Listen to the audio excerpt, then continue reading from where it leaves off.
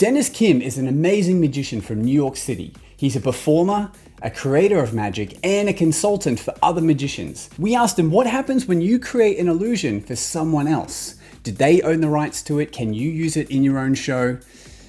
And here's what he had to say. When you're creating bits of the show, what kind of happens with the intellectual property there? Like when you share something in this capacity, do you still have permission to perform it as your own? Is it purely everything that you put into it belong to the person you're consulting for? Is it different from person to person? How does that kind of work? That's a really good question. And that's one of those things that's not explicitly said, right? Well, first of all, there's like an NDA, of course. I think everything that I've said preceding this doesn't really say anything specific. But in terms of, yes, the intellectual property behind it, I would have to say, I think it's safe to say as a consultant, even if I created some sort of big component to a routine, I would have to say that I created that for Dan. That doesn't mean that I can just take that element and put it into my own work. Now, it's not always one-to-one. I'm not doing the exact same routine, so it'll be different, and it's coming from my mind. So if I could build that for Dan, I can build something of a similar nature for my own stuff because it's me, right? But just hearing stories of when Dan used to work for Copperfield and he would bring ideas to Copperfield and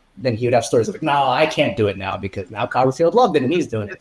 So that's what I've been told in the past. Yeah, Caleb Morelli is a good friend of mine. I haven't seen him for a while now, but like he tells me many stories in the same capacity where everything that comes out of his head now goes into the box of DC and that's it. Like it's not his anymore. And that's the reason I asked the question. Because then there has to be a thought of when you think of something good, you're like, oh, do I share this or do I keep this for myself? Yeah. Right. And I got to say, I mean, I do feel very, very grateful for being able to work with a team like this with Dan. I see him as a mentor. I think he's completely changed the way that I look at magic entirely. And so it's nothing but love just to share. It allows you to dream bigger, right? Like you can have bigger dreams to bring to fruition when you have a toolkit like Dan White possesses and you can envision that happen. Exactly. He's got so much more pull, a platform, his presence on stage to bring it to a wider audience and being able to see that it's not like ego wise, like you might think that you have such a great idea and it might be a great idea, but that doesn't mean that that's going to be the best idea that you have ever. You're just going to continue growing and that's what you're always striving for. So it's fine.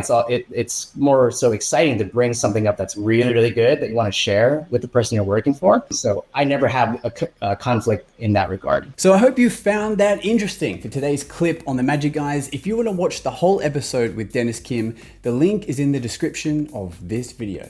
Until then, my friends, a like and a comment goes a long way. We reply to everyone. And until the next one, see ya.